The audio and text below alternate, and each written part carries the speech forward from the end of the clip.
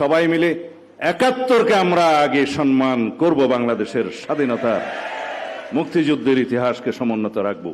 তারপরে আসবে ৭৫, ৭৯, ৯০, ২৪ সকল কিছু।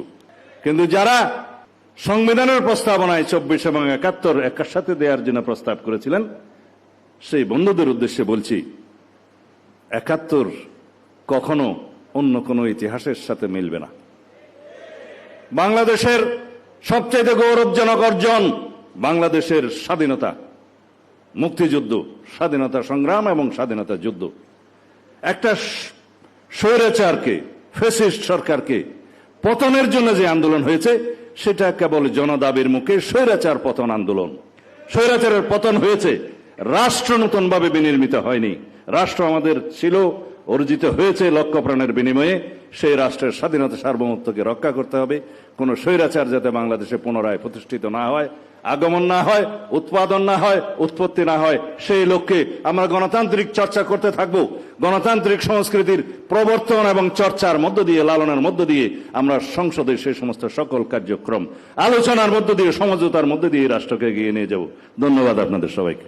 ২৫শে মার্চের দিবাগত রাতে, ২৬শে মার্চের প্রথম প্রহরে, যখন তৎকালীন মেজর জিয়া চট্টগ্রামে সেই সংবাদ অবহিত হওয়ার সাথে সাথে বিদ্রোহ ঘোষণা করলেন, বললেন উই রিভল্ট, এবং তাৎক্ষণিকভাবে বাংলাদেশের স্বাধীনতা ঘোষণা করলেন। লেফটেন্যান্ট কর্নেল জাঞ্জুয়াকে গ্রেফতার করলেন, হত্যা করা হলো অন্যান্য পাকিস্তানি দখলদার বাহিনীর সেনা অফিসারদের। সেই রিভল্টের ইতিহাস অনুযায়ী বাংলাদেশের যে ২৬শে মার্চ বাংলাদেশের স্বাধীনতা দিবস, তাকে অস্বীকার করার ইতিহাস হলো এই আওয়ামী লীগের ইতিহাস। দালিলিকভাবে বলি, স্বাধীনতার ঘোষণাপত্র যেটাকে আমরা সম্মান করি, বাংলাদেশের প্রথম সংবিধান প্রণীত হওয়ার আগের দলিল, যার ভিত্তিতে স্বাধীনতা যুদ্ধকালীন সময়ে সরকার পরিচালিত হয়েছে, সেই দলিলের প্রথম পৃষ্ঠাতেই লিখলেন শেখ মুজিবুর রহমান ঢাকায় যথাযথ প্রক্রিয়ার স্বাধীনতার ঘোষণা প্রদান করলেন। জাতীয় ইতিহাস কি তাই?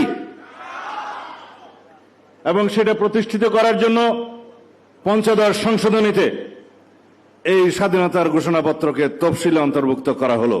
ফ্যাসিবাদ বিরোধী আন্দোলন সংগ্রামে নেতৃত্ব দেওয়ার ইতিহাস ২০২৪ সালে আমাদের নেতা জনাব তারেক রহমানের সক্রিয় নেতৃত্বে, দেশনেত্রী বেগম খালেদা জিয়ার নির্দেশনায়, অনুপ্রেরণায়, তার সাহসিকতায় আমরা বাংলাদেশকে মুক্ত করতে পারলাম। অবশ্যই ছাত্রগণ অভ্যুত্থানে যারা শহীদ হয়েছেন, ভূমিকা রেখেছেন, ছাত্র নেতৃবৃন্দ যারা নেতৃত্ব দিয়েছেন, সকলের অবদানের প্রতি আমরা স্বীকৃতি দেই।